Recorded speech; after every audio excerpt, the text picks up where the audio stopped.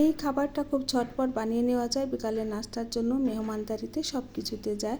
আমার তো বেশ ভালোই লাগে, জানি না আপনাদের কেমন লাগবে। তো এখানে আমি 3টে ডিম নিয়ে চিনি দিয়ে ভালোভাবে গুলিয়ে নিচ্ছি।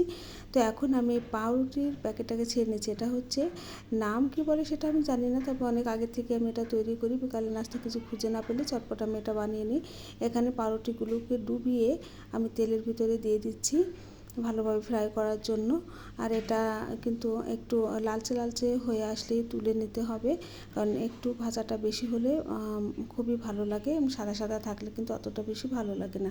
তো আমি এখানে উল্টো পুল্টে ভেজে নিচ্ছি, কিন্তু এখানে পরিমাণের তুলনায় একটু বেশি ভেজে ফেলেছি। একটা পুড়ে গিয়েছে। আসলে একটা কাজের ভিতরে অন্য কাজ করতে গেলে যেটা হয়, তবে আমার ছেলেমেয়েরা এটা খুবই পছন্দ করে, আর আমারও বেশ পছন্দ। তো এটা একবার যারা খাননি তারা একবার বানিয়ে খেয়ে দেখবেন।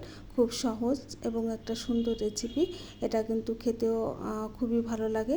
আমার তো বিকালের নাস্তায় এটা বেশ ভালো লাগে।